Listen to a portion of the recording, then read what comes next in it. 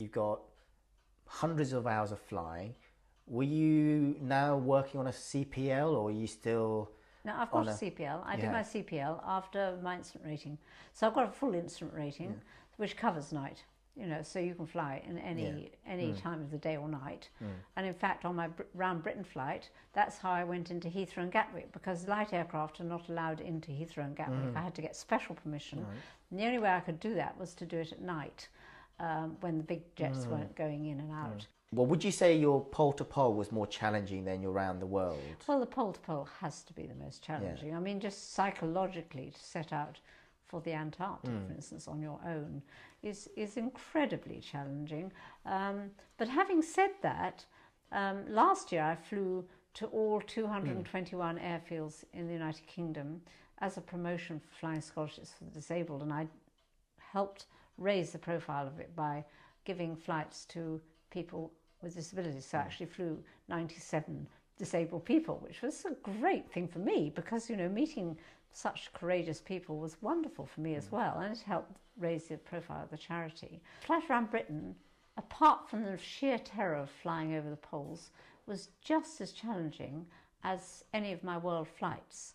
And the reason being that the weather last summer was the worst ever recorded in this country. It rained every single day. All your flying challenges around the world, what do they symbolise for you and for your flying charity?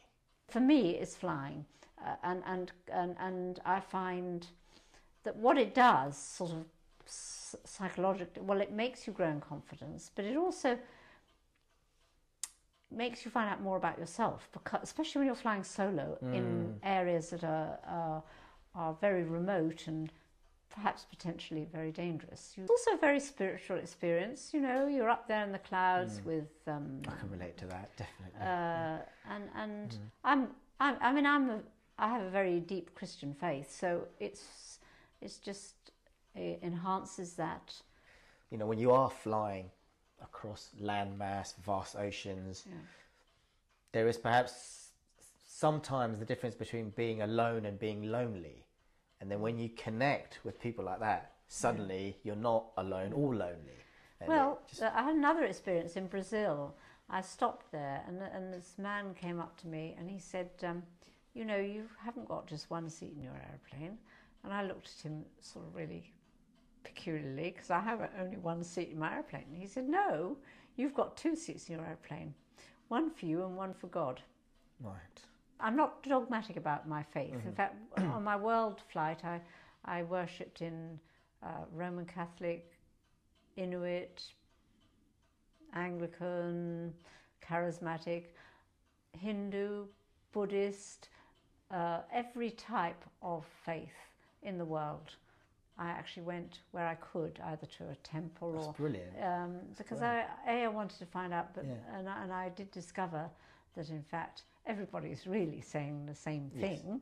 But I do feel that without a spiritual dimension to life, and you can have a spiritual dimension to life if you're an atheist, but without any spiritual dimension to life, life is very flat and very dead. Where do you think general aviation is going, and how accessible do you think it is for people with a range of disabilities to enjoy the freedom of flight?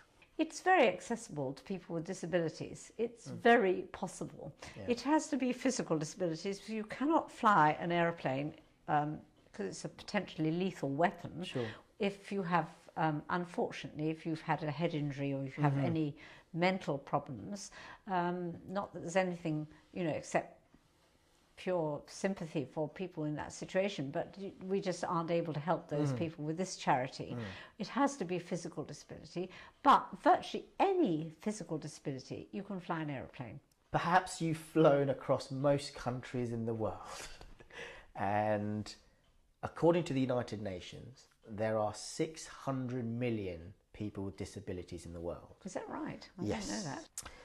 Do you sense that people are shocked or surprised by the fact that you're using an aeroplane to try and raise awareness for a charity where it's to do with disability in aviation across different cultures? Or do you find people are quite stimulated by the idea of disability and the empowerment that aviation can provide.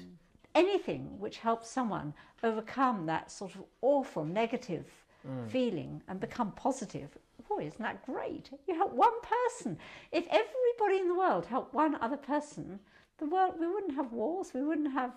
I mean, I know it sounds very fanciful, but it's very inspiring. I mean, I had to be, you know, obviously very tactful when I was in certain countries because, you know, people's cultures are different.